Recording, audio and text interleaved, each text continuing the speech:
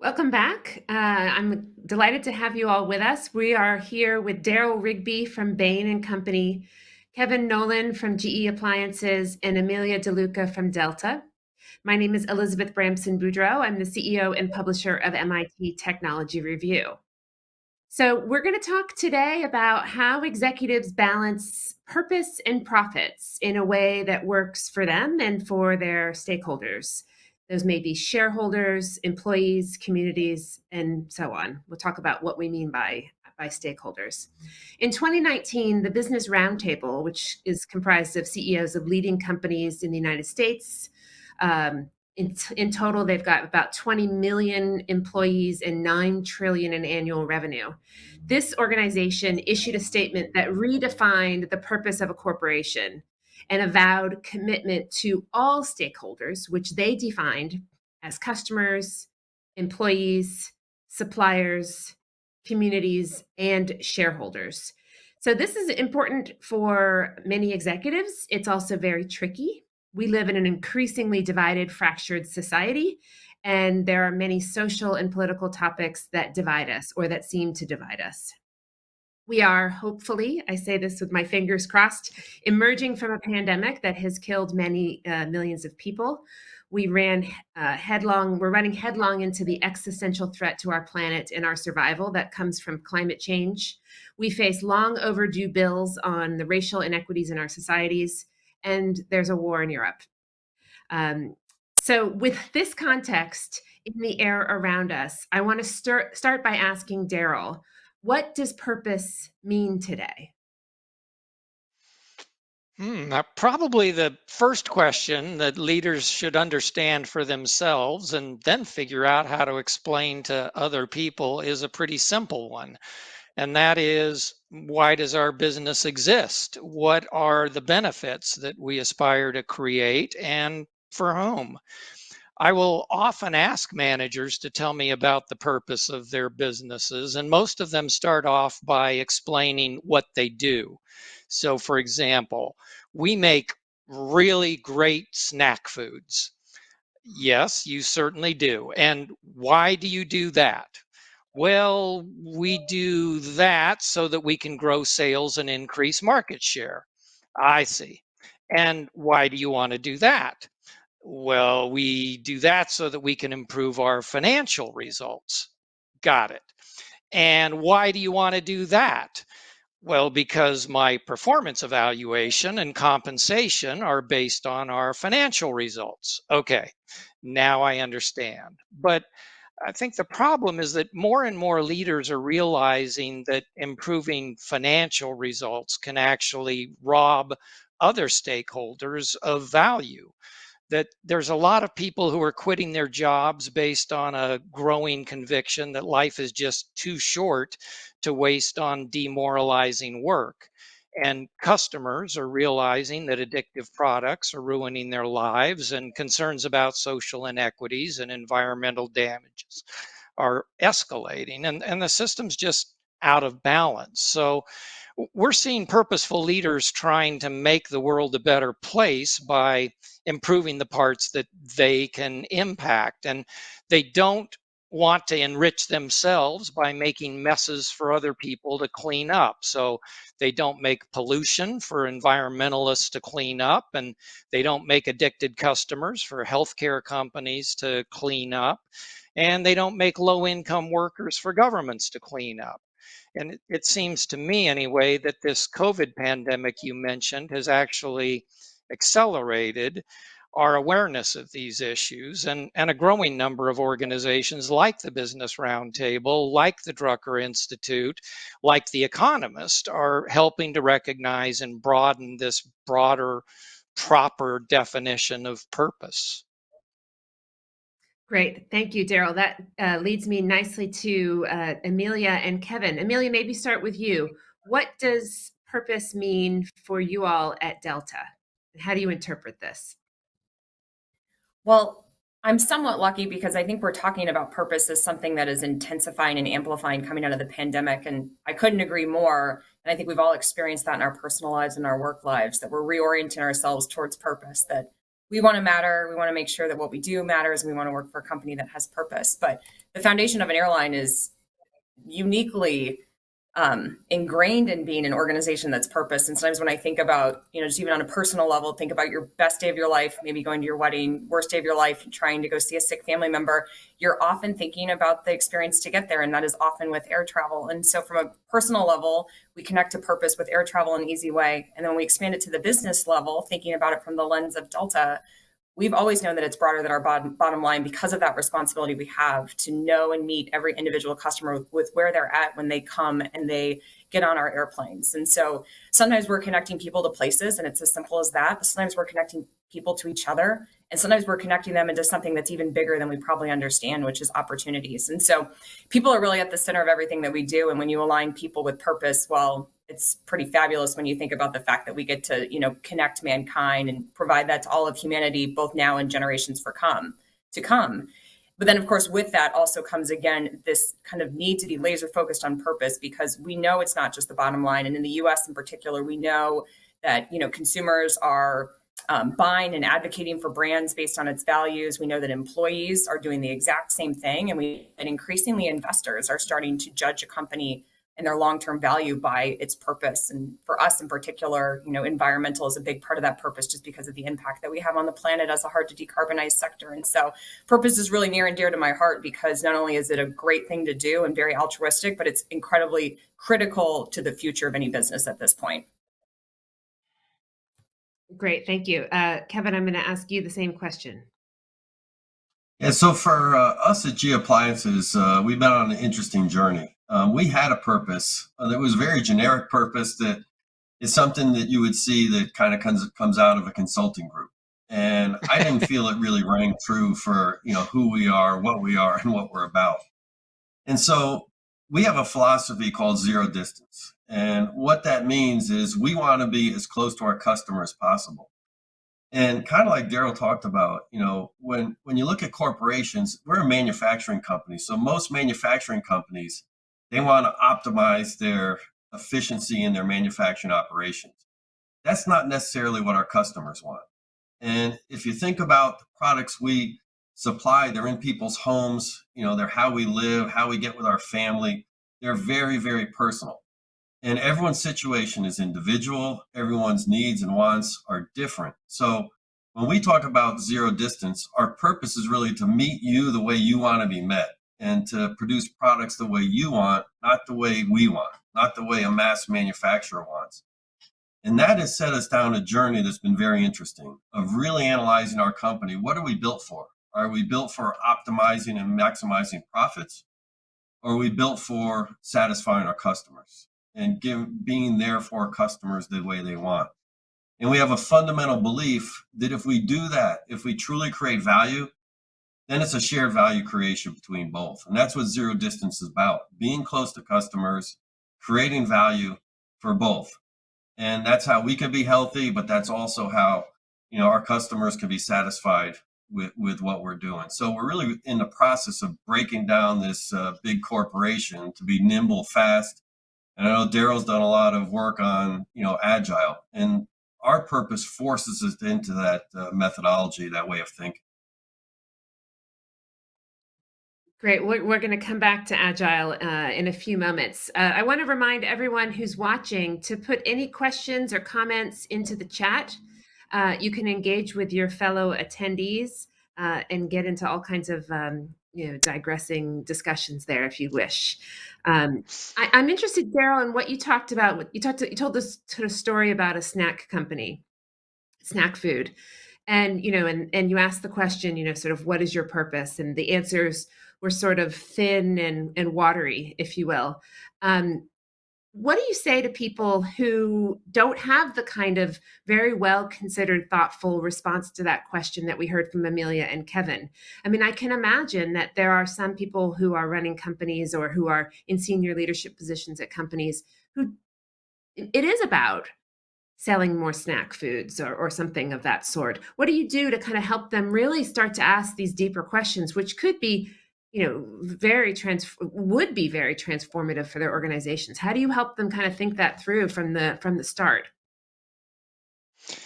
Well, first of all, I think you're right. And I also think that Kevin is right that manufacturing products can be a very purposeful activity all by themselves.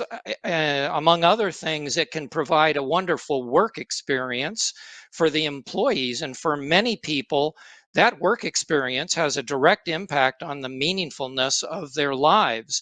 We can give people money as a handout, but that does not create the kind of personal human dignity that we want to create in our employees. And we can also have aspirations to do wonderful things for our customers that will actually enrich their lives. So I don't mean to say that there's anything wrong with just doing your job well. That can be very fulfilling, and some people get a lot out of that kind of experience. I just want to make sure that people take the time to think deeply enough about what am I doing? Why am I doing it? Really, really, why am I doing this? And that they think deeply enough about it that they come away from it saying, I'm I'm doing something that goes beyond just making money for myself. There are things Mhm. I can do for teammates. There are things I can do for customers. There are things I can do for suppliers that will all have a positive impact on their lives. And once we get to that ultimate why, then I think we found something that we can aspire to do that will bring meaning to our everyday work. I mean, I think this is absolutely right and very exciting. I mean, I think all of us who've been through the last, we've all been through these last 2 years, and you start to realize, what am I doing this for? What is that my purpose? Life is short. I could get this virus, vaccinated. Hopefully, that won't kill me. But so many people, in the prime of their lives, realize that that was it.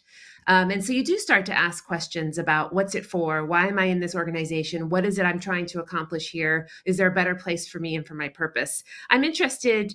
Maybe I'll start with you this time, Kevin. In some examples of what you've seen at GE Appliances about how stakeholder demands have changed.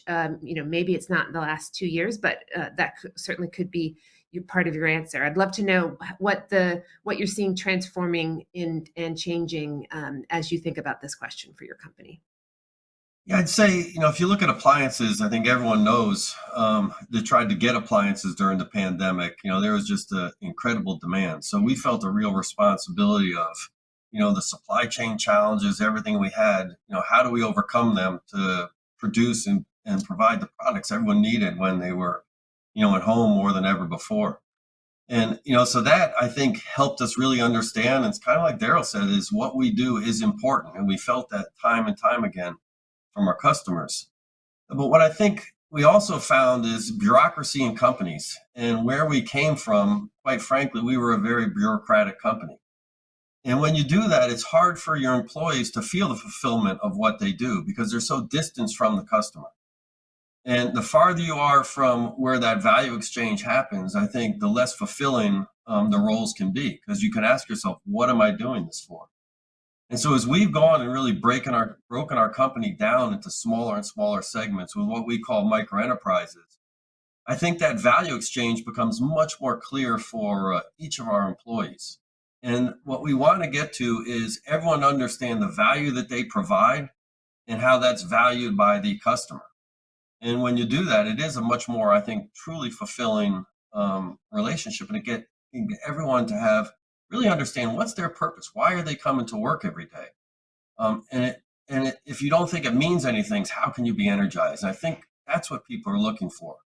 I think when we see people exiting the workforce, really questioning careers, it's probably because they can't see with what they do, how does it matter? And I think that's what people are searching for more and more today, more than ever.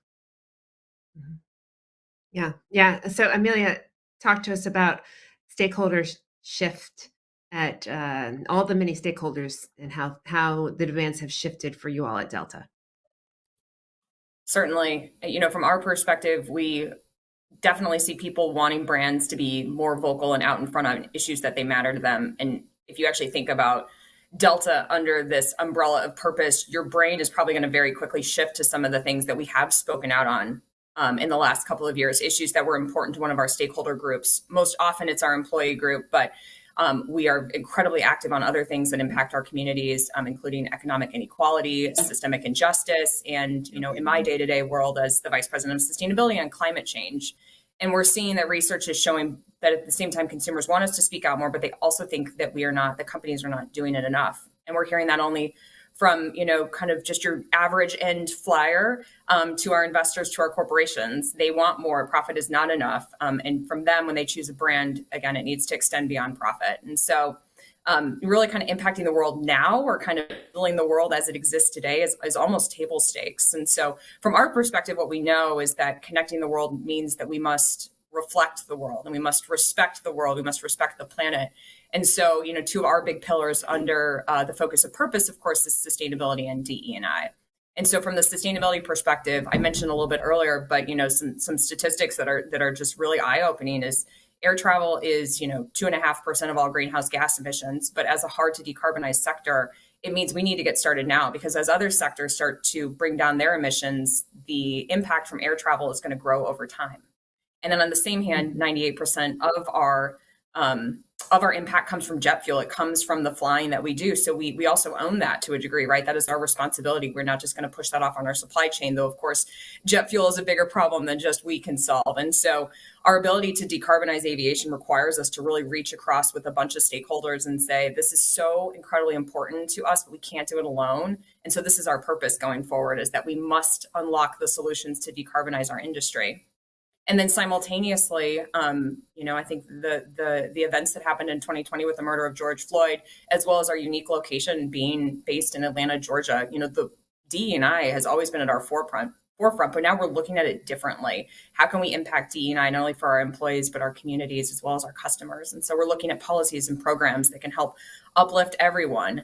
And a couple examples of that is really a skills-first hiring approach. And one thing that we're really proud about is that in 2021, 94% of our non-executive positions at Delta were filled by external hires that did not require a college degree. That's a fundamental shift in how we've been hiring in the last couple of years. And it's because of that purpose, right? Knowing the purpose, knowing that DE&I is a focus, that we were able to significantly make that change. And so those are a couple of the different items. And we're really proud of some of the awards. We're one of the most awarded airlines thanks to our purpose, the purpose that we've always had, but as well as the purpose that we've amplified in the two areas I just referenced. And so whether it's the J.D. Power Award, Fortune's World Most Admired Companies, or, some of the awards we win under ESG, we're just incredibly proud, but we also know that it doesn't stop there, because the bar is going to continue to be raised by all of the stakeholders that I mentioned. And I personally think that's a good thing.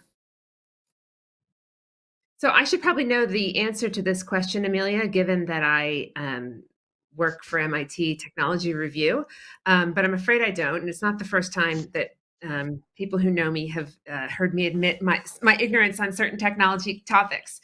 But I'm interested in what kinds of new technologies are there that can really change the decarbonization challenge, or address the decarbonization challenge of air travel, and what is Delta doing to kind of continue to innovate in those areas? Certainly. And, Elizabeth, MIT is a great partner of ours in this journey. We partner with, other airlines. We partner with research and development institutions, all sorts of groups. Anyways, we can't do this alone because it's so challenging. So I'll talk a little bit about now and later, because as a hard to decarbonize sector, a lot of people in the world talk about net zero at 2050, and it's kind of easy to kind of think like, oh, that means we'll get there when we get there, and it's a linear curve. For the airline industry, it's really about now through 2035 and in the future. And so now through 2035, it's really about just the continued kind of progression of our fleet renewal. Just like your cars, they just get better every time we renew them, 20 to 25%. So it's renewing that fleet, and the pandemic has aided in that as we parked a lot of old airplanes and retired them and brought on new ones. There's a lot in our control with both how we fly and what we fly. So the weight that we put on board, the routings that we use, kind of just the very basics of how we operate that airplane, from when we're sitting at the gate to when we're taxiing out to when we're taking off. There's lots of different fuel savings items that sit in that. We're going to really maximize that. And as an industry, we're trying to scale sustainable aviation fuel, which just because it's a circular product and it's not coming from oil extracted from the ground, because it comes from circularity, whether that's from bio-based feedstocks today or in the future from power to liquid fuels, essentially reduces emissions dramatically. And then in the future, you've got the more abstract, but things that will be part of the solution, including hydrogen as propulsion or electric flying or direct air capture, which pulls it out of the air. So there's a bunch of different things we're going to have to go figure out between now and 2050. And as I mentioned, we're in the airline business, right? We run a great operation. Those items are not necessarily our expertise, but we know, again, with this concept of purpose, we must drive forward our industry and our world by signaling that whether there's a demand for a new product or that, our standards are changing, that's what's going to help elevate and keep the acceleration of this journey going. That's great. I mean, hearing those examples is, of course, for someone who likes air travel like I do, and probably most people watching, is reassuring and hopeful. But it also makes it clear how this idea of purpose, when it is pervades the organization, it can get people working on all kinds of new approaches and collaborating with folks that may not have been natural collaborators. So that's a great example. Kevin, I want to turn back to you and ask you if you could talk a little bit with us about the shift that you all are undergoing at GE Appliances around purpose. And you told us some stories about some pretty creative product ideas that have come out of the zero distance ethos. And I'd love if you could share that with the broader audience. Yeah, thank you. So, it's much like we talk about your purpose. I think good things to test it against are just the things we talked: environment, D&I. And what we've found is, since we've started and stated this zero distance, one thing, let's take D&I, for example, we have to be better at it. We have to put a real focus on it because we need to reflect our customer base. If we're going to be at one with the customers, then we need to reflect and understand and know all the different customer stakeholders we have out there that use our appliances every day. And that's really giving a voice into the products that we make, how we deliver the products. One example that I like to use, we've got a innovation incubator on the University of Louisville campus here, where we are in Louisville, Kentucky, called First Build. And First Build is built around listening to people of what unmet needs they have, and what they would like different. And one that very early on they started working with was the Jewish community. And it was a Jewish community up in New York that really had special needs that the appliance manufacturers, quite frankly, weren't paying attention to and weren't serving properly. And it's one, if you want to make mass-produced appliances, they're very difficult because their needs are very different on their holidays, et cetera. So we partnered. And the other thing is it forces us to realize, too, just as Amelia said, is you can't do this alone. So we didn't really understand all those needs. So we worked and co-created. And co-creation has been really our new focus on how do we bring the right products? Because if you're going to be at one with customers, you need to create, and customers have to have a voice. The good ideas don't come from boardrooms. They don't come from executives like myself. They come from people that use the products, and listening to that and working together with those folks. So we're able to now have a whole line of products and appliances that really are tailored for that community because they're made by that community. And it's not just us. And that's what we see. We need open platforms. We need to be willing to work with people that maybe we didn't understand, but that's how we find all these different needs. That's how we find out, what we can do better. Because every day we come in, how do we make things better? How do we find a better way? We also listen to employees. We had during COVID, there was a lot of focus on recreational vehicles. And we had a group of employees that were passionate about that area. And one day outside my office, I saw an RV pull up with our logo on the side of it. Then I knew something special was happening here at Appliances, because that never got approval out of corporate. That never got approval through finance. It was employees that were passionate.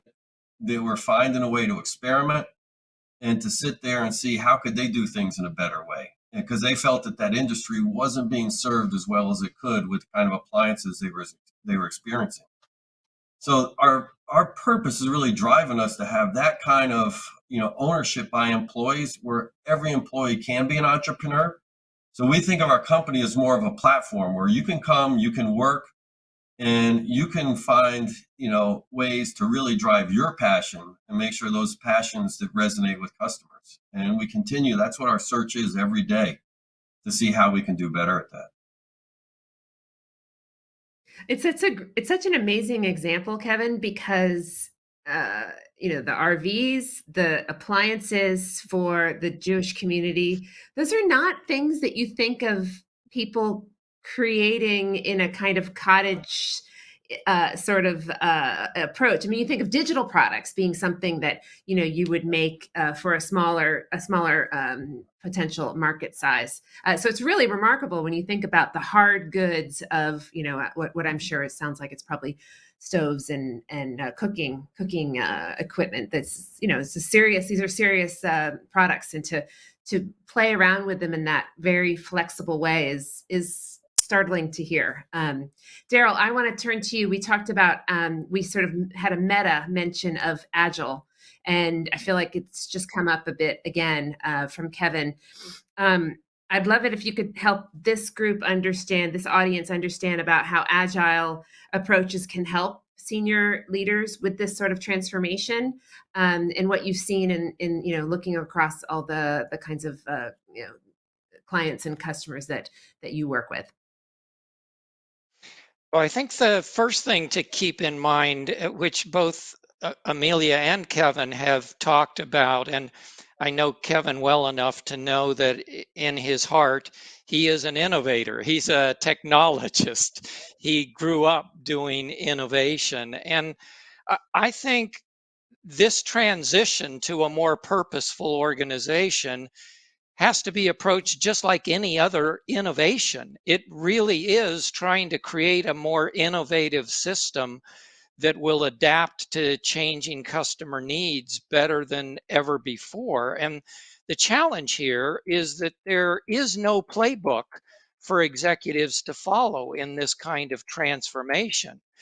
As a result, the typical risk averse managers can just go round and round and round debating what does purpose mean and how much do we really need to change and aren't we really already doing these things.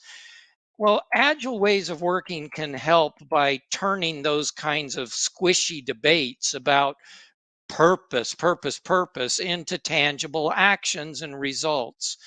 And typically, when I'm working with companies to help them make this change, I'll recommend four things.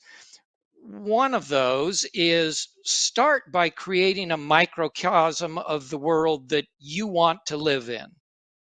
You, wherever you are, whatever you're doing, rather than hoping that somebody at the top of the organization will become more purposeful, you can take the initiative. You can turn your work group into the kind of organization that you aspire to.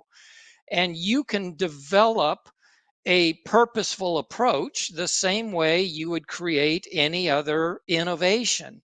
You set a goal, you determine what you're trying to accomplish, you consider alternatives, you test potential improvements, you adapt to unexpected effects and side effects, and you scale the solutions that actually succeed in enriching the lives of a broad range of stakeholders affordably. The second thing I would say is that it's important to build a how could we test that kind of culture. The key to success in a complex system is just continual innovation that keeps the ecosystem in balance, even as environmental conditions change. So, one smart approach is to just intentionally allocate specific resources, people's time, technologies, money, to purposeful causes that are designed to create long term benefits for multiple stakeholders through cascading effects that are hard to quantify up front. But you can use scientists to say, here's what we're trying to accomplish, here's my hypothesis, here's how I'm going to test it. If it doesn't work, okay, I've learned something, I'll try a different approach.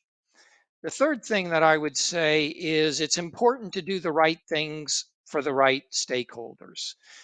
Um, I've known a lot of profit maximizing managers, and I know how they work.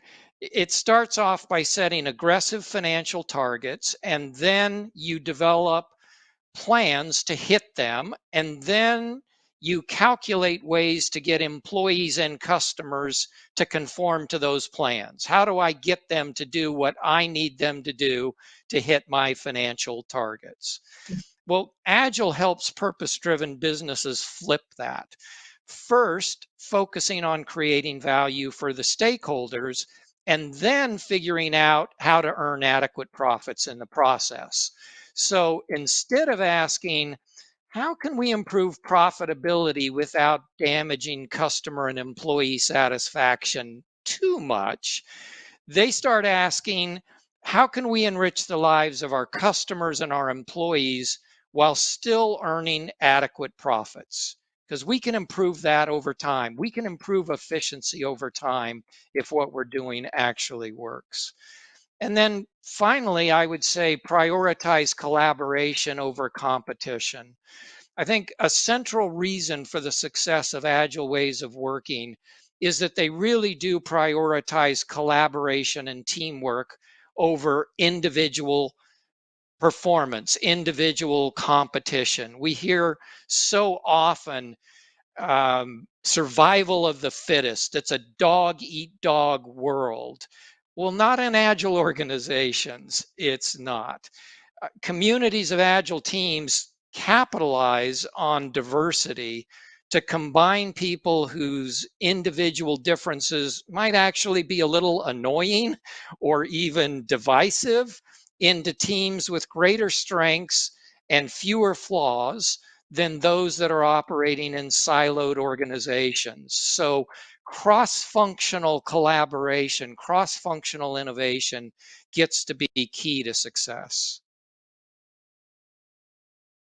So I wrote those four things down because I want to give them some careful thought for my own company. Amelia and Kevin, I want to pause and give you each of you a chance, if you'd like, to touch on some of those points that Daryl shared. So he talked about creating a microcosm of a world you want to live in. He talked about, asking the question and making it a norm. How could we test this? Keeping a watch on all stakeholders. So starting with the stakeholders and then thinking about how that impacts on profits after you've figured out how to delight those players, those stakeholders. And then he also talked about prioritizing collaboration over competition. So let me ask you, Kevin, if you want to start, or Amelia, either one. Are there places that the experiences that you've had, Kevin, at GE Appliances that rhymes, that you feel, or maybe it doesn't, maybe you feel differently? No, I think what Daryl said is spot on. As he mentioned before, I'm a technologist at heart. I still feel I'm a engineer, not a CEO, and that's really where my passion lies. And I always saw software teams, the way they can move, the way they can iterate, and the way they collaborate. And what Daryl said too is by nature, they tend to be more diverse because the diverse teams perform better than a bunch of like-minded folks when you get into that. So about 7, 8 years ago, we really looked at why is the software world one way and the hardware world different, which is, we're manufacturing what you think of big hardware goods. And that journey of trying to understand that, of driving agile, it forces you into doing a lot of different things structurally in your company, because agile does not work with bureaucracy. It's like bureaucracy it will kill any agile methodology. So if you start down this avenue of trying to be agile, really understanding customer needs, really being able to react fast to them, you've got to break down the structure of your company. So we've been under this transformation, and it's been driven by that. How do we meet our customers where they want to be met?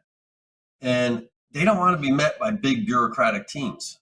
We could never drive the kind of innovation we're driving at our company right now with big teams. It's small teams, that we put in their hands. The things that we try to do now as management is teach people how to experiment. How can you sit there and learn?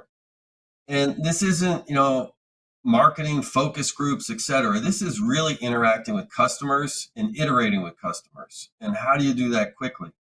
And you might have a very old established product that's not changing much, and you could be bureaucratic with that. But if you really want to excite customers, if you really want to drive something new and different, that's why you see startups. Startups, the only secret they have is they've got small teams that are working in agile methods, and they come out with amazing things. Why can't that happen in large companies? Why can't we transform the places where we work?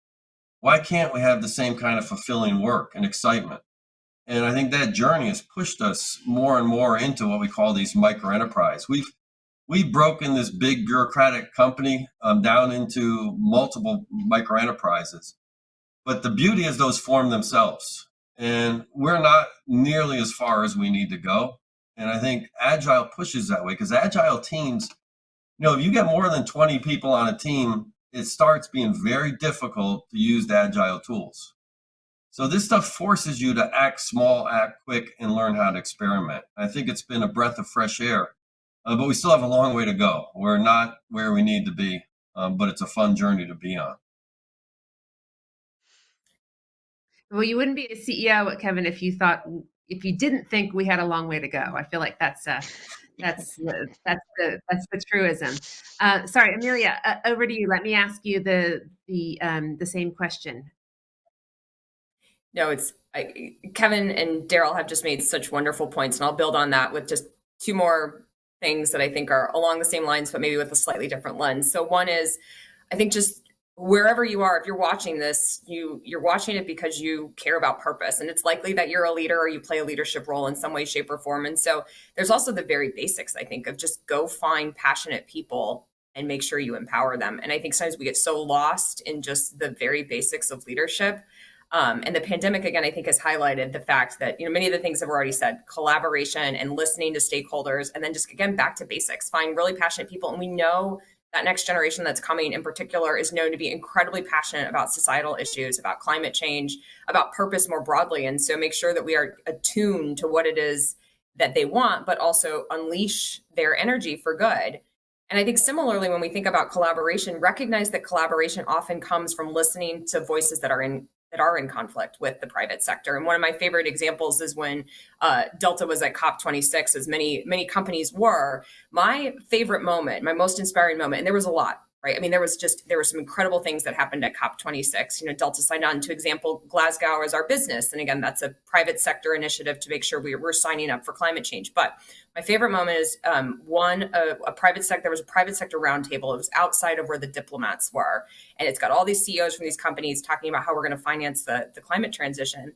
And it's almost drowned out because you've got helicopters overhead who are following the protesters. And you can sit in that moment and feel frustrated, or you can sit in that moment and say, this is exactly how it should be.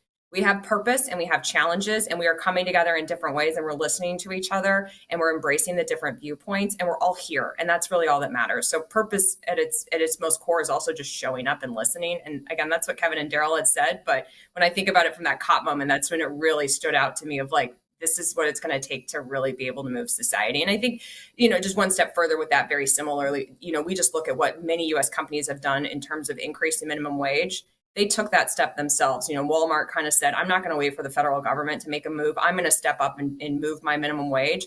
That was a differentiator for them. And now we've seen a lot of companies move there. So it's also just about, again, listening, embracing change, but also just being bold, rethinking your business, doing it differently, taking that leap. And then again, that's going to be your differentiating factor.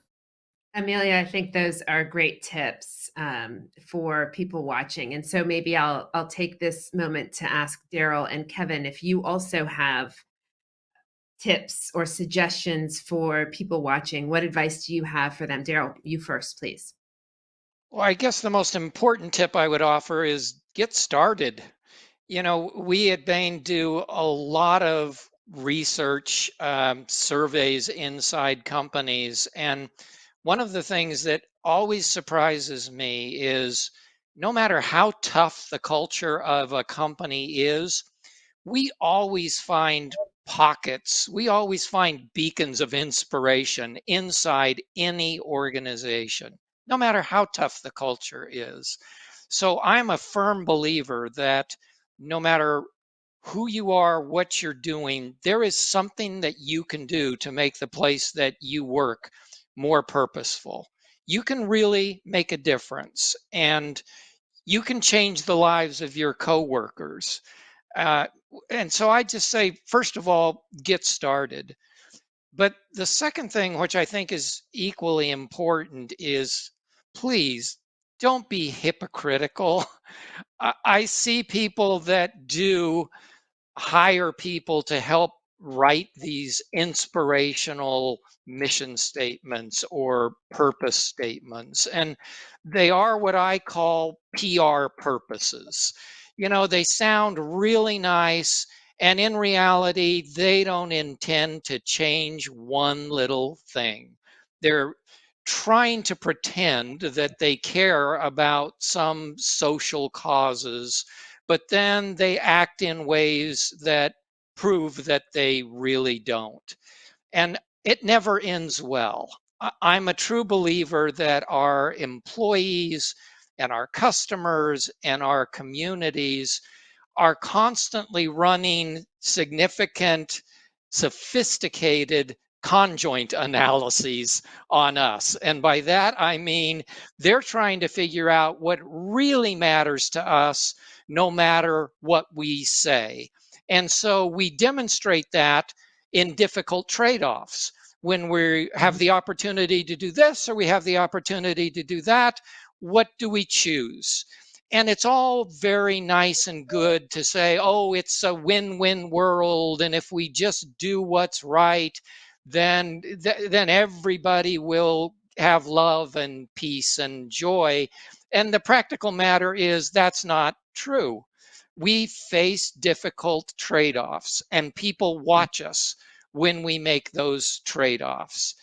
And so I would just say, ask yourself, as I'm developing this purpose statement, if I never released or never advertised this purpose statement, would I still want to do it for all the right reasons?